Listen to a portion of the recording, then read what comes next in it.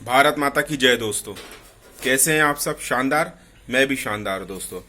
अभी मैं आया हूं बेंगलुरु की घटना को लेकर। बेंगलुरु में पुलिस स्टेशन पे हमला हुआ है दोस्तों।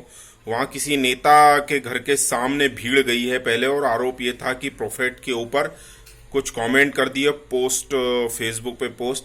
मुझे तो ये सब बेकार बातें लगती है। हमला करना था, ये राजनीतिक हमला ज़्यादा है। कोई ऐसे किसी की एक पोस्ट से किसी के भी सेंटीमेंट कोई हर्ट नहीं होते हैं। अगर ऐसी बात होती तो 6-7 दशक के आज़ाद भारत में राम मंदिर पे इतना मुकदमा चला है। राम मंदिर की एक एक बात खोद खोद के निकाली, राम है या नहीं है, इनकी कितनी माँ है, कितने पिता हैं, कहाँ जन्म हुआ है, क्या हुआ, ये सब बेकार बातें। किसी का कोई सेंटीमेंट हर्ट नहीं होता है। ये सिर्फ गुंडई करने की ताकतें अपना गुंडा राज बताने के लिए काम करती हैं और कुछ नहीं है। मेरा सवाल उन पुलिस वालों के लिए है। आप ये बताइए, एक पुलिस स्टेशन में आप कितने पुलिस वाले रख सकते हैं? 1, 2, 5, 10, 20, 50, 100। अगर 1000 की भीड़ इकट्ठी होके पुलिस पे हमला कर देगी तो पुलिस क्या करेगी? ऐसी 1000 की भीड़ अगर इकट्ठी होके किसी मोहल्ले पे, किसी गली पे अगर चौक कर दे, सड़क जाम कर दे, मार काट मचाने लगे, सड़कें लाल करने लगे, आग लगा दे, कारों के इंजन को बस्ट करने लगे, तो क्या होगा दोस्तों? ये मैं सवाल मुझसे भी मेरा है, मेरा आपसे भी है। आप अपने आप से भी सवाल करें, अपने लोगों से सवाल करें, अपने आसपास सवाल करें, अपने गली मोहल्लों में सवाल करें। दोस्तों, किस तरह से आप ये देखते हैं इन चीजों को? आपके गली में, आपकी सड़क पे, आपके थाने पे अगर हमला हो गया, 1000 लोग सशस्त्र होके आग, लाठी, डंडे, बल्लम या जो भी हथियार अगर उनके पास हो, और आरोप यही हो कि फलानी पोस्ट पे, ढिकानी पोस्ट पे किसी समूह, समुदाय विशेष के शांति दूत जिनको कहते हैं, उनके सेंटीमेंट हर्ट हो गए। ऐसा कुछ नहीं होता। आप कितनी भी बेकार से बेकार भी बातें कर दो, किसी भी साधारण व्यक्ति का, किसी भी धर्म का हो व्यक्ति, किसी भी धर्म का हो वे व्यक्ति, साधारण बातों से, लिखने से किसी का सेंटीमेंट कोई हर्ट नहीं होता है कि वो सड़कों पे निकल के गुंडई करने लगे, आगजनी कर दे और पुलिस पे हमला कर दे। पुलिस पे हमला करने के लिए बहुत जिगर चाहिए होता है। एक पुलिस वाला डंडा लेके खड़ा हो तो साधारण आदमी भीगी बिल्ली बन के निकल जाता है, या सलूट मार के निकलता है, या साहब नमस्कार करके निकलता है।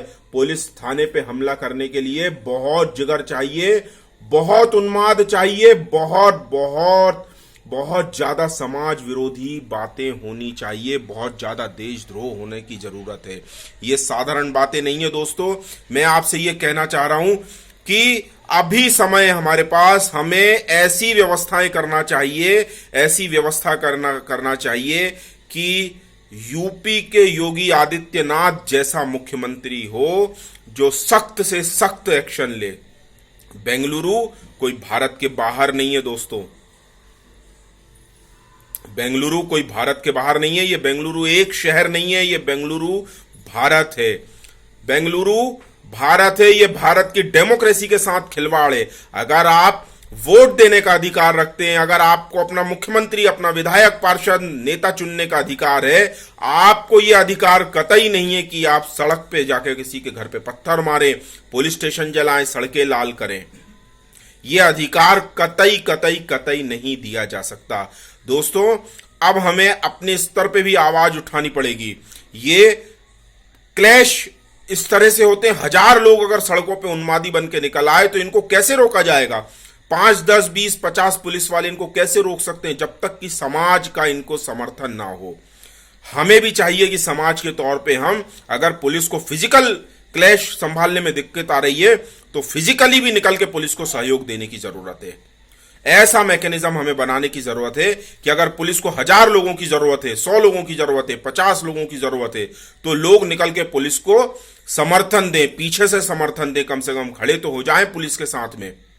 ऐसे तो सीरिया बन जाएगा ये देश, सूडान बन जाएगा। क्या कहते हैं हम? ये डेमोक्रेसी है, ये दुनिया भर की सबसे बड़ी डेमोक्रेसी। मजाक बना के रखा है डेमोक्रेसी का। मैं कह रहा हूं, निर्वाचन आयोग को सख्त एक्शन लेने चाहिए। जो लोग गुंडागर्दी में शामिल होते हैं, आगजनी में शामिल होते हैं, पुलिस स्टेशन को जलाया जाता है, इलेक्शन कमीशन उनका तुरंत से तुरंत वोटर आईडी और बैंक के अकाउंट कैंसिल करे, निरस्त करे उनको। कहीं भेजने की जरूरत नहीं उनको।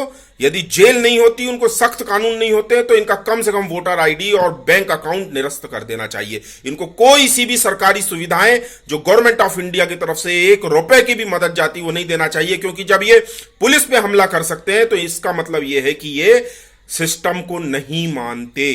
ये सिस्टम को नहीं मानते, ये सिस्टम को चैलेंज करने वाले गुंडे हैं। ये सिस्टम को चैलेंज करने वाले गुंडे हैं दोस्तों। समाज में ऐसे नहीं हो सकता कि आप अपने डॉक्टर वकील बनाने बैठे रहो और लोग गुंडाई करके सड़कें जाम कर दें, सड़कें लाल कर दें, पुलिस स्टेशन पे हमले कर दे। दुख की बात यह है कि जो डीसीपी रैंक का ऑफिसर, पुलिस ऑफिसर समझाने गया, उस पे तक हमला किया गया। आप समझ सकते हैं एक साधारण पुलिस वाले से तक बात करने में हम कितना सभ्यता और संयम और आदर तो अलग बात है, डर से हम उनका सम्मान करते हैं। कोई उनने फिलोसॉफी नहीं कर ली है पीएचडी में, ना उनने हमें पढ़ाया है, ना हमारे पिताजी को पढ़ाया पुलिस अफसर ने। शिक्षक का जो सम्मान होता है वो पुलिस का नहीं होता है, पुलिस से डर होता है। हां, सम्मान इसलिए देते हैं क्योंकि उन्होंने कोरोना काल में देवदूत बन के लोगों की मदद करी है। कोरोना काल में देवदूत बन के मदद कर दी है। लेकिन हमारा पुलिस वाला इस तरह से अपना सिर फुड़वाने के लिए और अपने लहूलुहान, अपना शरीर लहूलुहान करने के लिए नहीं है दोस्तों। आप बताएं इस विषय पर आप क्या सोचते हैं। सपोर्ट करें मेरे चैनल को, कमेंट करके बताएं। भारत माता की जय, जय हिंद।